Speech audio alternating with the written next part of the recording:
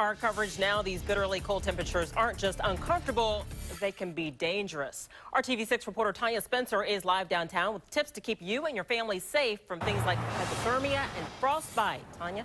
And Erica, kids and the elderly are particularly susceptible to these extremely bitterly cold temperatures.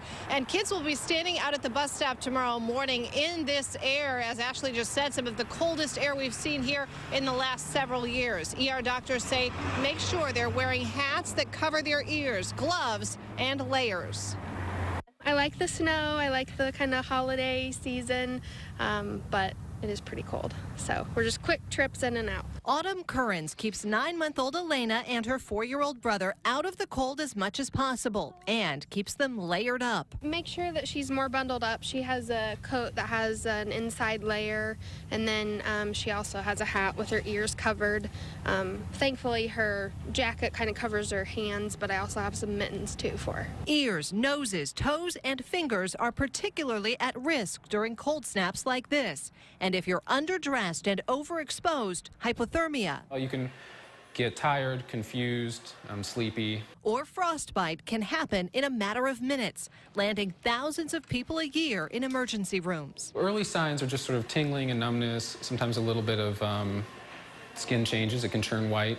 If it starts turning waxy or pasty, that's signs of a more serious injury. Dr. Michael Cooley, an ER doctor at Eskenazi Health, says kids and the elderly are especially susceptible. His advice, avoid being outdoors, like at the bus stop, for long periods of time. Dress in layers, keep extremities covered, and come inside if you're feeling cold. This little one likes to play outside. Throw snowballs. Throw snowballs? That's fun.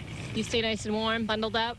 Yes. But this father of 3 will keep a close eye on his kids with single digits on the way. We just try to bundle them up as much as possible. Usually keep hats on them and keep their ears covered. And it's pretty brutal right now. Pretty brutal. And if you're really worried about your kids, tomorrow morning might be one of those occasions where you might want to drive them to the bus stop and let them sit in the warm car until you see the bus pull up. Also, if you have any elderly relatives or neighbors, you might want to check on them too over the next couple of days. Reporting live downtown, Tanya Spencer, RTV6.